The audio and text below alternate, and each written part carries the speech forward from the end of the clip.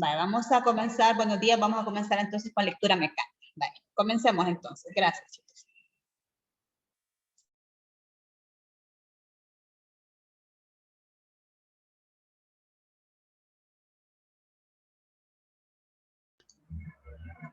Solo mi padre no había nacido en ese lugar, ni pertenecía a él de manera absoluta. La piel de su rostro era blanca, aunque tostada por los soles del trópico. Su cuerpo alto y delgado tenía un raro magnetismo. Su cabeza estaba cubierta de abundantes canas. Sus labios pronunciaban nuestro idioma de un modo defectuoso pero agradable, que a todos nos divertía mucho.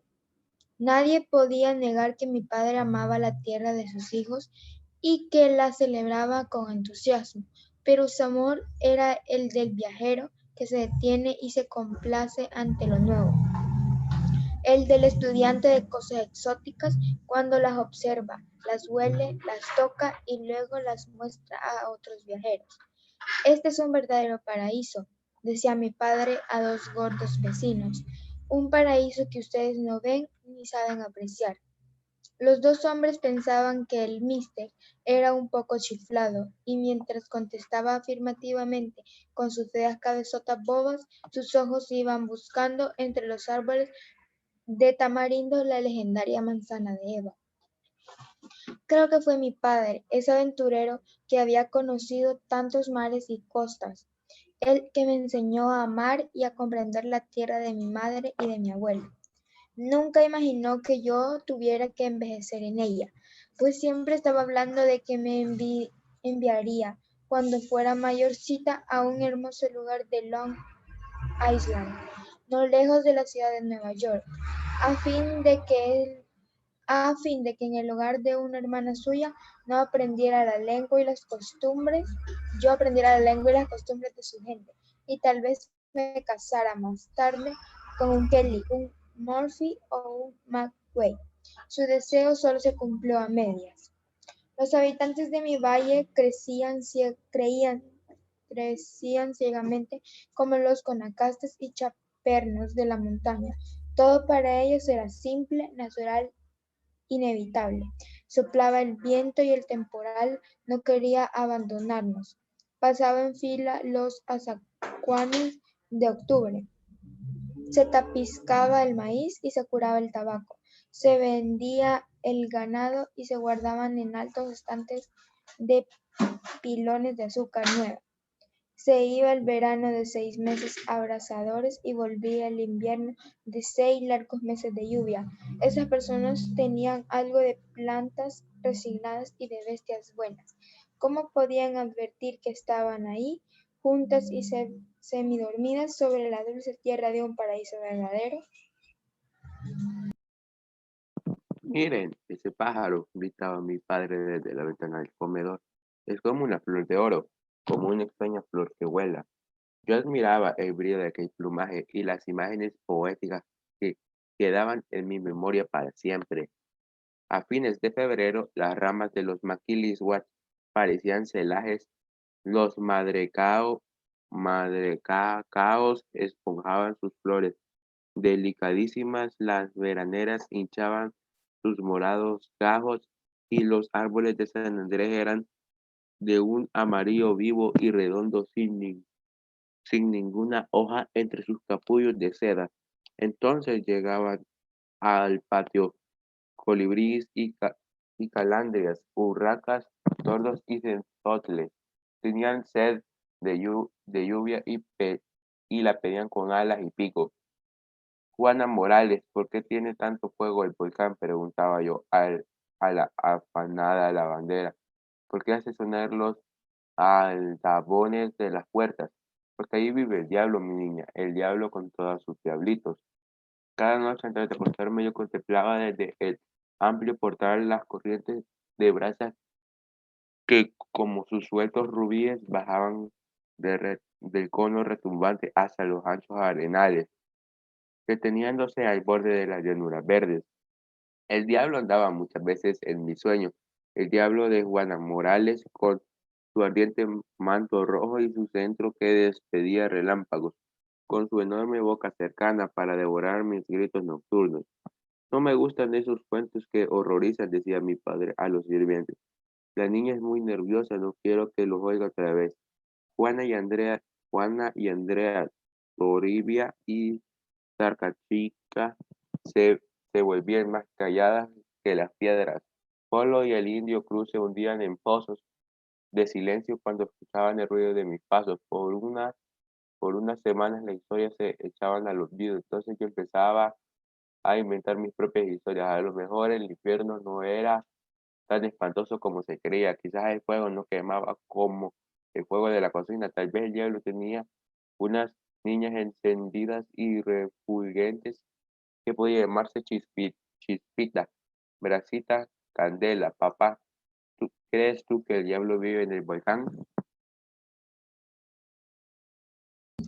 Va, muy bien, gracias. Para los que vamos ingresando, estamos haciendo la lectura mecánica, vamos en la página 46. Va, ahorita voy a ayudarles yo, o bueno, alguien quisiera continuar.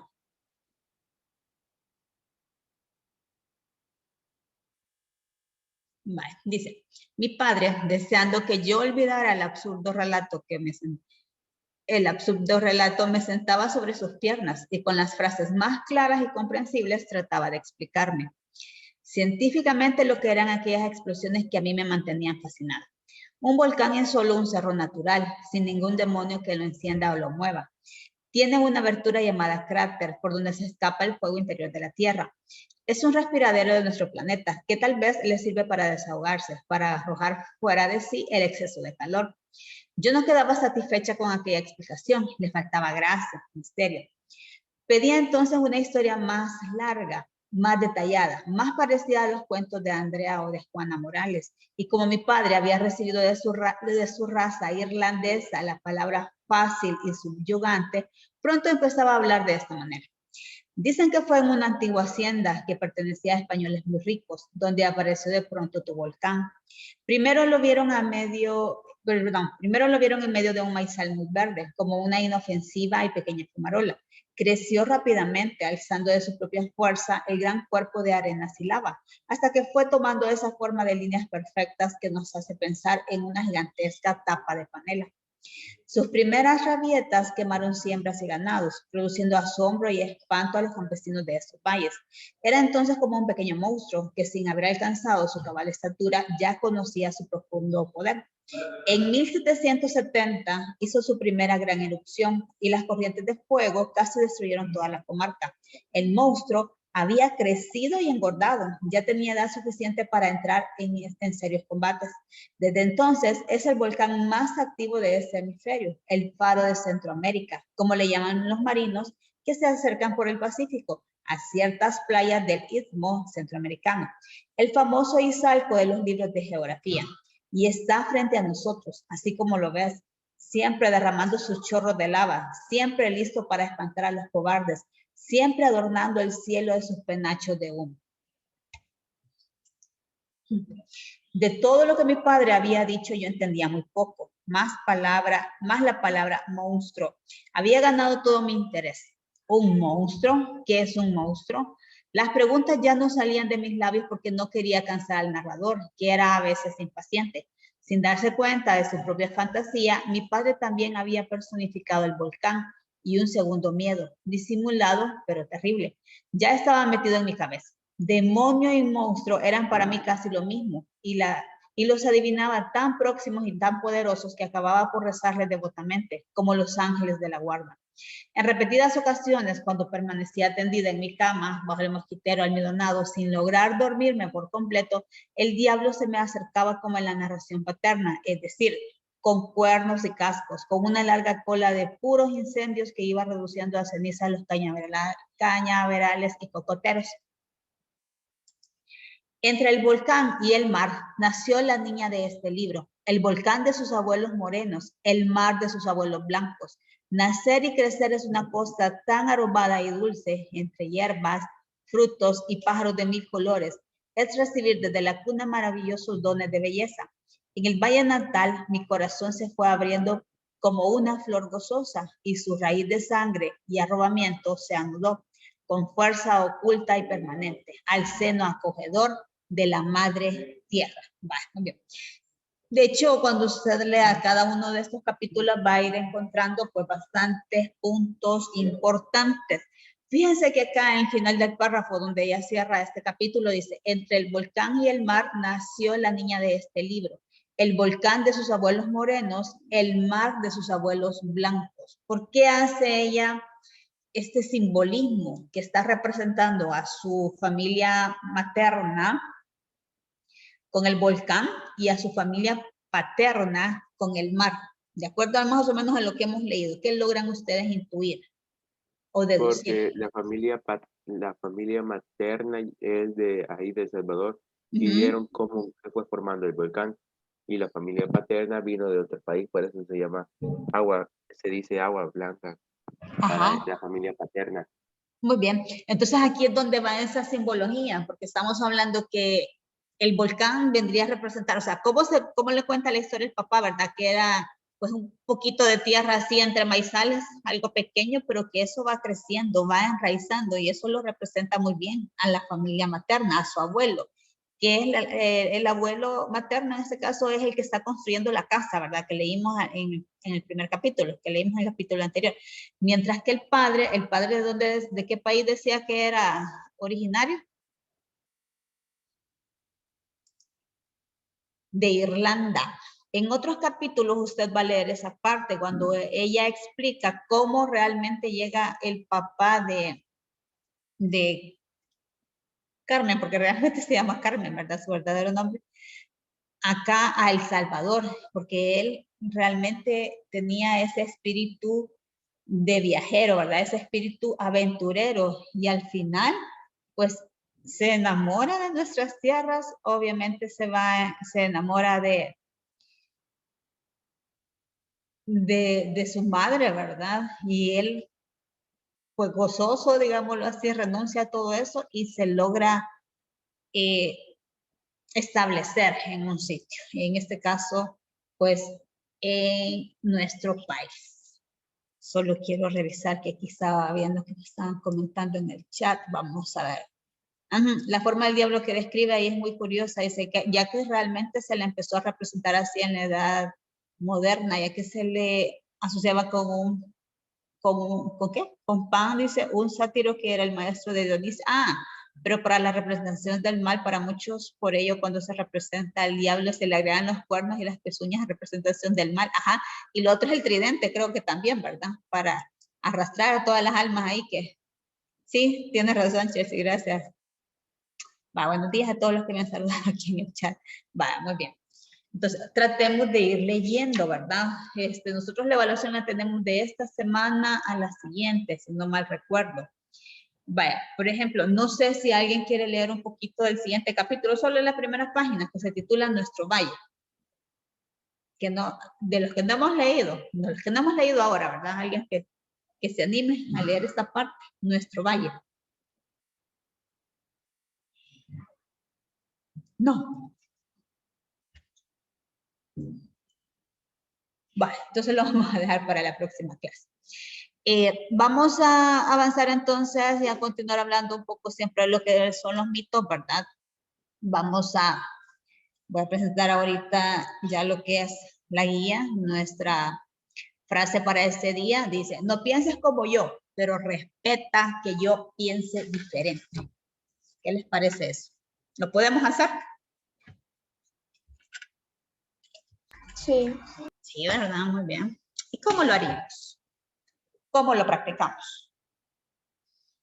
porque no todas las personas pensemos igual, pero no porque yo pienso diferente a la otra persona, voy a no respetar su decisión o lo que piensa.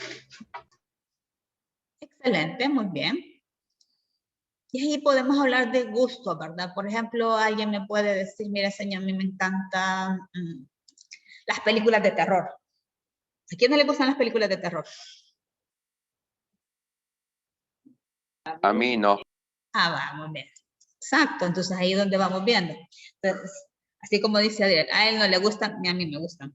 Pero yo voy a respetar que alguien venga y me diga, mira, ¿viste la película tal? Está bien chiva, yo solo voy a escuchar. Y ajá. Tal vez en algún momento, yo siempre tengo esa curiosidad, créanme, me animo a quererla ver, pero nunca las veo, porque en un momento que no, ya no me gusta, quizás ni a la mitad lleva de las películas. Entonces, esa parte, ¿verdad?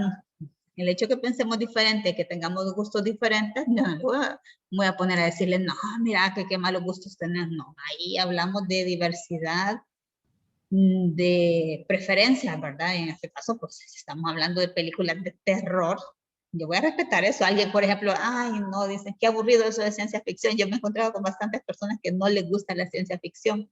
Y vaya, está bien, quizás no han encontrado todavía, me dicen que son muy exageradas, ¿verdad? Por no decir ahí, como diríamos, yo nunca he visto una, dice Vanessa, no, ni yo, no, nunca las terminó de ver. En cambio, mi hermana, sí, mi hermana gemela, sí, que ya se ve y en la noche la ven, ay, no, le digo que feo, yo no, no, no, ni en el día, ni mucho menos en la noche. Y ahí es donde vamos a respetar. Va, muy bien. Gracias a los que están participando, como siempre. Muchísimas gracias. La ciencia ficción sí podemos hablar ahí de un montón, ¿vale? De películas bastante interesantes. Vamos a continuar entonces ahora del mito y vamos a hablar de los mitos según su origen. Vámonos por favor a la página 71 de su libro. Ahí está toda la teoría, ¿verdad? Ahí vamos a ver, por ejemplo, características. Y para eso yo he tratado de buscar un representante, un ejemplo de cada uno de estos mitos, ¿verdad? Vamos a hablar un poquito de lo que son los mitos griegos. Entonces, la mitología griega, recordemos cuando hablamos de mitología, estamos hablando de creencias, de la cultura, de la religión, de todo, ¿verdad? Entonces, así lo saqué textual ahí de la fuente, ¿verdad? En la mitología griega dice Zeus, dios del trueno o el rayo, es padre de los dioses y los hombres. Recordemos que decíamos en la clase anterior que estos dioses, de acuerdo a esta cultura, crean al ser humano y lo crean con la intención de que el ser humano les rinda culto, ¿verdad? Que los adoren, porque entre más adeptos tenían, de acuerdo a estos griegos, sus poderes iban a ser pues más fuertes, más invencibles. Salvado dice de ser comido al nacer por su padre Cronos, ya más o menos habían visto un poquito de la historia. Zeus nació en la isla de Creta, donde fue escondido por su madre Rea.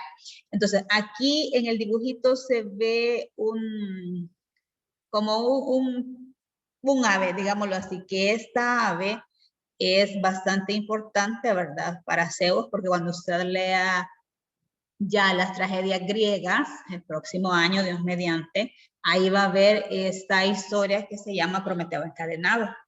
Y es donde Zeus condena al fin del mundo, ¿verdad? Donde nadie llega a sería un semidios realmente, y lo encadena a una piedra, ¿verdad? Y la tortura consistía en que esta ave descendía donde él estaba, solo a comerle las entrañas. No sé si alguien ya había escuchado sobre esta historia. Yo ya la había escuchado. Y no la ha leído todavía, solo la he escuchado. No, la leí. Ah, ¿verdad? Que bien impactante a mí. Nos dejaron una obra de la mitología griega en sexto grado. Usted, ajá, ya. ¿Y qué se recuerda de eso? Vamos a ver, ayúdame. Me acuerdo de la pelea, me acuerdo también de Hércules y de los 12 trabajos. El que más me gustó fue el de la hiedra venenosa. También el de un barco, no me acuerdo mucho. Pero eran varios entonces. Sí, eran bastantes y como a mí me gusta la mitología griega, entonces... Excelente, excelente, sí, pero esto es así como veíamos en el reportaje, ¿verdad? Es grandísimo toda la información que tenemos. A ver, ¿se recuerda cómo es que nace Hércules? Sí, creo que es por Zeus y y un terrícola, un mortal, pues. Ajá, que era una princesa, no me recuerdo hija de quién era, pero que sí. Se acostó con ella cuando el esposo todavía estaba viniendo de una guerra, entonces él se hizo pasar por el esposo. Así lo creo que así era. Ajá, porque yo me acordaba que era de Io, así se escribe, Io, y que esta chica, o sea, realmente por temor a la diosa Hera, porque obviamente Hera es muy celosa, ¿verdad? Y Zeus se enamora de Io, pero ella no quiere ceder ante esta situación. Entonces ella comienza a huir y dentro de eso, porque si ella no accede a, digamos, a casarse con Zeus, Zeus va a destruir todo su pueblo. Todo. Entonces el padre le dice que tiene que aceptarlo, ¿verdad? Pero ella no, y comienza a huir. Entonces hay y le cae como una maldición. Si de era, esta era le da una maldición donde hay una especie de mosquito, tábano creo que se llamaba, que las va a torturar y la va a seguir y la va a andar picoteando todo el tiempo, ¿verdad? Entonces, Io llega hasta donde está por este lado Prometeo encadenado, porque ella va huyendo de todo eso. Entonces, es que eso definitivamente, si nos podemos hablar de la mitología griega, eso es, pero muy rico, ¿verdad? En cuanto a historia, en cuanto a cultura y bastante extenso. Así que, muy bien, muchísimas gracias. Vale, veamos entonces aquí en la página 71, dentro de las características, esta cultura, los griegos, estaban basados mucho en lo que era la belleza y la divinidad. Y aparecen los dioses, los semidioses y los héroes. Ahí tenemos la creencia, ¿verdad? En el heroísmo, o sea, donde aplicaban su fuerza y todas sus habilidades para salir victoriosos, y la belleza. Y es lo que decíamos nosotros, ¿verdad? Aquí si usted ve la imagen, pues estamos viendo un cuerpo de hombre bastante perfecto, ¿verdad? Aquí no alcanzamos a ver bien el rostro, pero sí estaríamos hablando que es un rostro, o sea, la nariz aguileña, todo bien establecido dentro de sus rasgos físicos, ¿verdad? Y los ejemplos, en este caso, ahí tenemos ciertas narrativas, digámoslo así, ¿verdad? Ciertas muestras literarias donde se basa sobre esto, ¿verdad? La Ilíada, la Odisea de Homero, el asno de oro de Lucio Apuleyo. Bueno, vamos a ver entonces ahorita otro ejemplo, pero ya ahora de los mitos egipcios. Aquí yo busqué este personaje de los principales que es Akenatón. También conocido, dice como, no sé ni cómo se pronuncia aquí, Amenhotep o Amenofis IV. Fue un faraón egipcio perteneciente a la 18ª dinastía en el Imperio Nuevo de Egipto, que reinó entre los años 1353 y 1336 antes de Cristo. Bien reciente, siento yo, ¿verdad? Ahora, es bastante conocido, esto es importante, por ser el faraón hereje, de acuerdo a la cultura de ellos, debido a la reforma religiosa que llevó a cabo basando el culto en el dios Atón, dios del sol. Entonces, en esta imagen chiquita viene a representar esta parte. Recordemos que estos también creen mucho en el antropoformismo, ¿verdad? Donde combinan la parte de animales, donde representan la mayoría de sus dioses. Entonces, aquí veíamos, este viene a representar el sol. Esto está como tallado en piedra, ¿verdad? Según estaba medio viendo yo ahí. Y aquí tendríamos el que está representando el faraón con la cabeza del faraón, el cuerpo de león, ¿verdad? Y este es el culto, entonces a eso lo que lo intentan representar. No sé, interesante en este caso y lo controversial es que él nunca tuvo hijos varones, solo tuvo hijas hembras. Entonces, como no había un heredero, no podía él heredar a ninguna de sus hijas, el trono pasa al yerno, que es el famoso Tutankamón. Entonces, eso también, ¿verdad? Siento yo que son situaciones que uno escucha los nombres y no manejamos mucha información porque lo que decimos, ¿verdad? Es tan amplio. Entonces, ¿qué podemos decir de los mitos griegos? Dice que ellos, y aquí se puede ver, que acostumbraban a dibujar las escenas más sobresalientes relacionadas con sus creencias. Y ahí vemos la parte también de los jeroglíficos, ¿verdad? En estas películas de La Momia, por ejemplo, ahí se ve mucho toda esta parte también, ¿verdad? Veamos. Junto a los dibujos incluyeron inscripciones jeroglíficas que explican lo que está representando. Entonces, dentro de la característica principal, sobresale el aspecto de animales, que es lo que vemos acá un poquito en la imagen.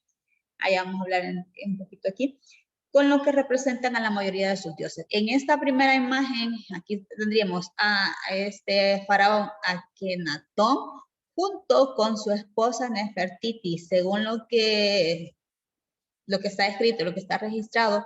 Nefertiti era pues extremadamente bella, ¿verdad? Era muy, muy bonita.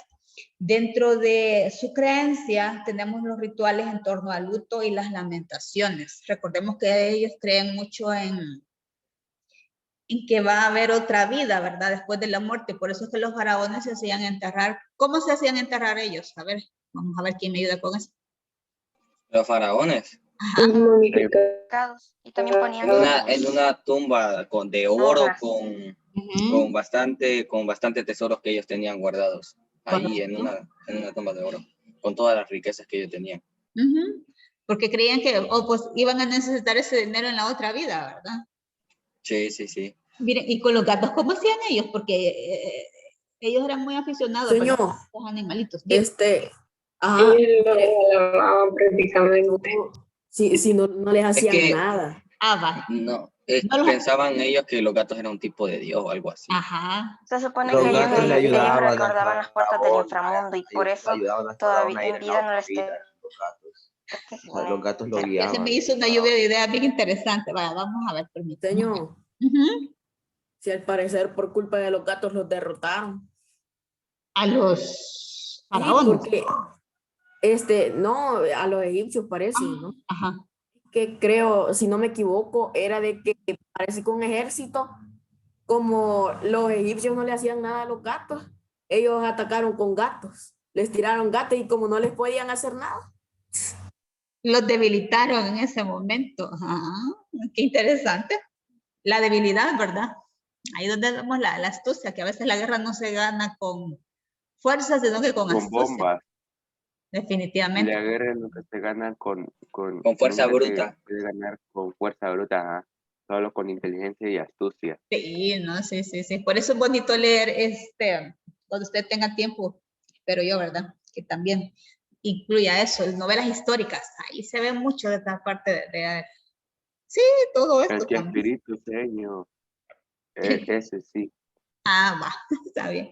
Entonces ahí tenemos los personajes principales, ¿verdad? El faraón Akenatón, que estamos viendo acá, representante del dios Atón, porque él dejan de ser en ese momento una cultura politeísta, que por eso también es criticado y se convierte dentro de los religiosos monoteístas, pero al sol, ¿verdad? Al dios sol, y deja de lado todos los otros dioses.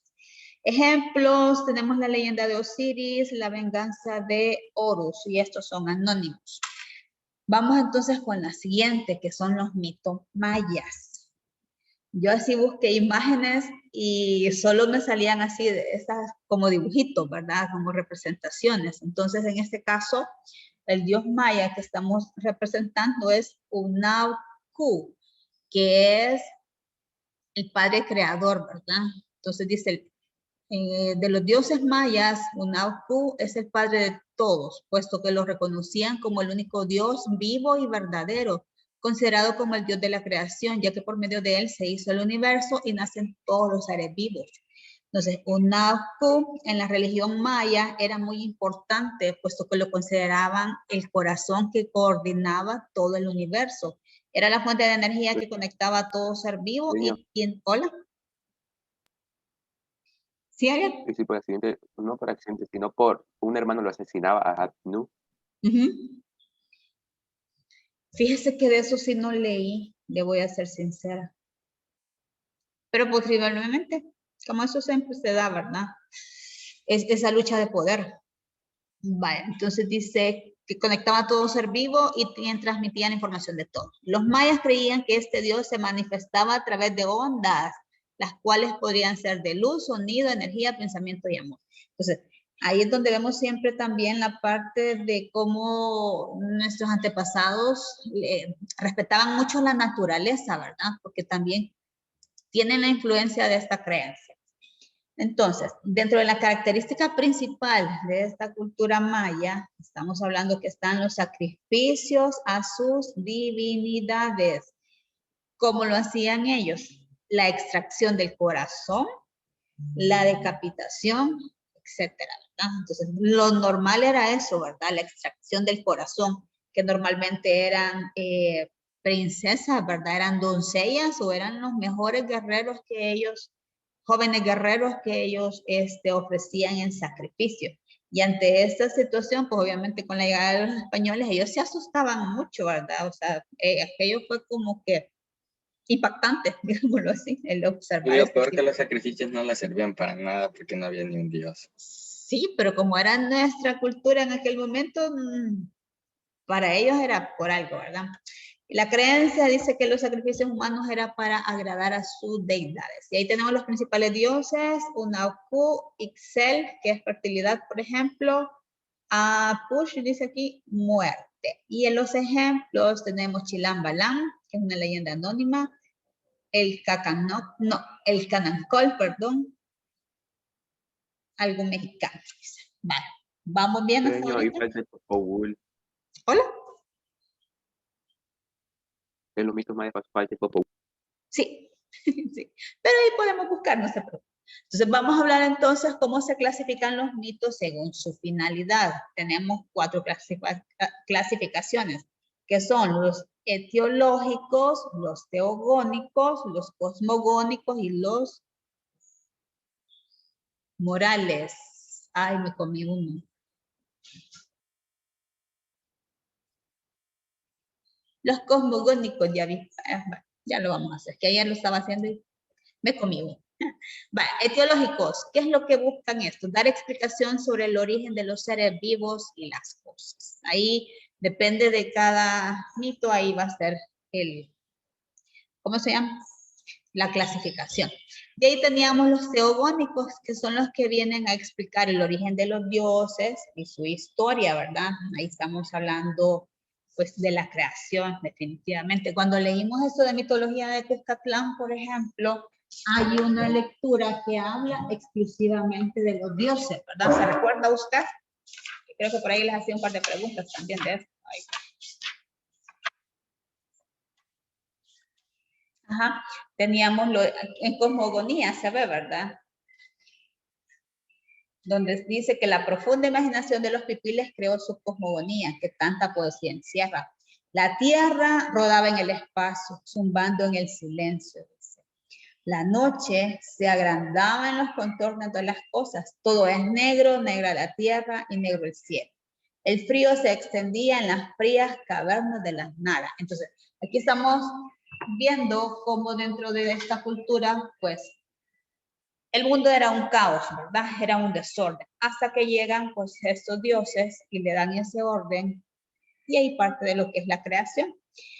Ahora bien, los cosmogónicos, que no los puse ahí, perdón por la omisión, estos van a intentar explicar la creación del mundo. Si estamos hablando, por ejemplo, en el caso del Popol, no. El Popol Vuh vendría a ser, bueno, es que habla de todo, porque sí habla, tiene partes cosmogónicos, también va a tener partes etiológicas, de todo tiene. La verdad es que ahí encontramos de todas esas clases de mitos. Veamos entonces los morales. Fíjense que los morales va a haber influenciado por ese dilema siempre en el ser humano, ¿verdad? Decidir entre el bien y el mal. Pero, pues estos mitos van a tratar de que los humanos, las personas, se inclinen hacia el bien, porque eso es lo que va a pretender, ¿verdad? ¿A través de qué? Bueno, de ciertos mitos, ciertas historias, donde vamos a ver castigos en cierto momento para las personas que no actúan correctamente de acuerdo a su misión, ¿verdad? En la tierra. O sea, si estamos hablando de un mito maya, por ejemplo, imagínense a alguien que se ponga a talar el montón de árboles, a cazar a estos animales, ¿qué?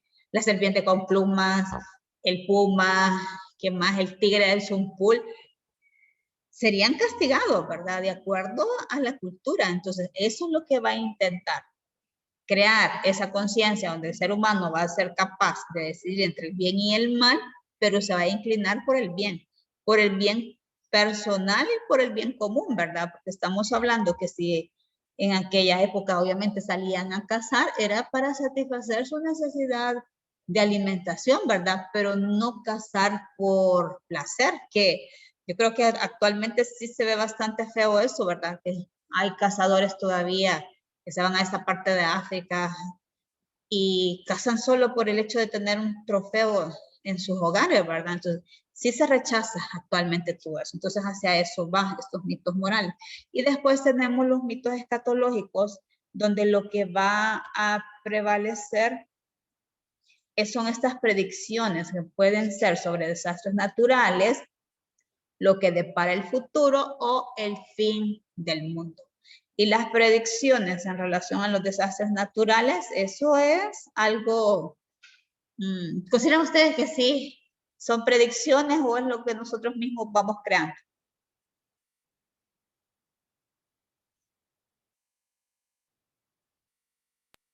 Los que nosotros mismos vamos creando. Sí, a lo largo, o sea, hay ciertas predicciones en cuanto a fenómenos naturales que sí, ¿verdad? Si estamos hablando de los eclipses, ¿qué? Solares, los eclipses lunares, ¿qué otra cosa podrían predecir? Ah, los pasos de los cometas, ¿verdad? Eso sí lo podían predecir también. Tormentas solares. Las tormentas solares, muy bien. ¿Qué otra cosa? Vamos a ver, recordemos que eso sí se puede Explosiones predecir. de supernova. ¿Hola? Explosiones de supernova. Y la supernova es la... refresqueme la memoria. Es cuando el Sol, una estrella, una gigante roja pierde su combustible y se comprime en un núcleo y explota. Ah, y todo lo que esté vivo a 60 años luz muere porque está hecho, emite una radiación potente. Muy potente, solamente, ¿verdad? Va, muy bien, sí. Que ahí definitivamente, entonces, ahí sí tendríamos que tener ese cuidado, ¿verdad? Entonces, como les repito, aquí estamos hablando así generalidades, un brochazo de todo lo que son los mitos, pero pues la invitación es que usted también pueda buscar ya de un tipo de mitología, ¿verdad? E ir estableciendo. Imagínense todo esto, por ejemplo, de la mitología maya, todo esto de los mitos mayas. Yo creo que todos conocemos que existe una ruta maya, ¿verdad? Como zona turística actualmente. ¿Le ha escuchado usted hablar? No mucho. No mucho. Sí, ya tal vez después va a ser más. Pero dentro de esta ruta maya, eso es lo que se pretende, ¿verdad? Conocer la cultura de estas, bueno, de nuestros antepasados realmente, y es donde se va visitando pues toda la parte de la infraestructura que se ha descubierto actualmente. Si no me equivoco, viene desde México esa ruta maya, pasaría por Guatemala, vendríamos acá a El Salvador, por ejemplo, con esta parte de Joya de Serén, la Piedra del Tazumal, ahí tenemos nosotros pues también evidencia, ¿verdad? De que sí existieron asentamientos en este caso. Y así podemos ir hablando, ¿de acuerdo? Más dudas que tengamos hasta el momento. En la página 73 a nosotros nos piden que hagamos un cuestionario de repaso. Entonces, solo vamos a hablar así general, ¿verdad? Por ejemplo, ¿qué se le llama mito? ¿Qué caracteriza? Ah, vaya, por ejemplo, los elementos constitutivos de un mito. ¿Cuáles serían esos elementos constitutivos? El tiempo y el espacio. Ajá. ¿Qué más? Los autores. Los autores dijimos, sí, que por lo general son anónimos, ¿verdad? Pero vamos a ver muy bien el tiempo, el espacio, el narrador, las acciones, los personajes, que son bien importantes. Entonces, dentro de esto podemos decir que los mitos, pues, son fuentes de motivación literaria, porque ahí podemos hablar de Prometeo encadenado, podemos hablar, bueno, dentro de lo que son las tragedias griegas, ¿verdad? Que es lo que nosotros, pues, más conocemos un poquito más, ¿verdad? La Ilíada, que usted la va a llegar a leer también en bachillerato, Troya. Hay otro texto, pero este sí nunca lo he leído yo, ¿verdad? Esto de las metamorfosis de Ovidio. O sea, hay mucha información para que usted también lo vaya conociendo. Vale, vamos a hacer aquí, no las vamos a hacer todas. Yo voy a ir, vamos a ir. Sí, tenemos un par de minutos todavía. Vale, por ejemplo, ¿qué diferencias hay entre los dioses y los semidioses según los griegos? ¿Cómo responderíamos a esa parte? Que los dioses tienen poderes y los semidioses poseen más fuerza que poderes. Muy bien. ¿Quiénes serían inmortales? Los dioses. Los dioses. ¿verdad? Pero los semidioses también pueden alcanzar un poder del dios. Muy bien. Cabal, Podrían por medio alcanzar de desafíos. esa inmortalidad si ellos logran, ajá, Y aquí, a ver, no sé si dentro de los juegos se ve eso. Por ejemplo, si un titán destruye a un dios de estos, ¿será que puede él adquirir los poderes o simplemente se pierden? Sí, Sí los sí adquieren. se puede. Pero tiene que estar no comprometido, sino tiene que haber hecho un juramento de que iba a vencer a alguien para poder ser un dios. Y a quien le hizo el juramento le tiene que pedir que lo derrotó para que lo transforme en un dios. Ah, va, antes de matarlo, antes de aniquilar. Ay, qué interesante esa parte. Va, pues bien. ¿Qué característica de género narrativo presentan los mitos?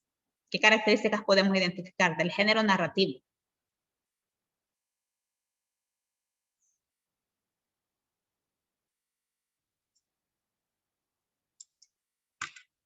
Ciencia ficción. Van a tener una dosis de fantasía, no ciencia ficción. Hay poderes, ¿verdad? Porque estamos hablando de poderes sobrehumanos, que son contados, ¿verdad? Recordemos que los mitos pues se transmiten de una generación a otra, ¿verdad? No es directamente que estaban escritos, sino que por eso es que pueden variar y nosotros no podemos decir, esto no es verdad, o la historia que yo manejo es la real y la que usted maneja es falsa. No, porque como al transmitirse de forma oral de una generación a otra pueden haber ciertos cambios, ¿verdad? Entonces, yo creo que eso lo hace realmente más enriquecedor en lugar de cortarlo, ¿verdad? Entonces, es de aprovechar cada uno de estos, porque si nosotros nos podemos hablar, por ejemplo, de la ciguanaba, o sea, vamos a escrito, yo por lo menos me he leído quizás unas cinco, ¿cómo decir? 5 historias diferentes, pero llegamos a un punto en común, que pues es esta transformación de esta chica, ¿verdad? Para engañar ahí a los hombres sobre todo. Pero sí hay diferentes versiones y no por eso nosotros vamos a decir que todo aquello es falso, sino que es parte de esa situación, ¿verdad? Transmitirse de forma oral. Dice, ¿cuáles son las semejanzas que existen entre los personajes principales de los mitos griegos, egipcios y mayas? ¿Qué podrán tener en común los personajes principales?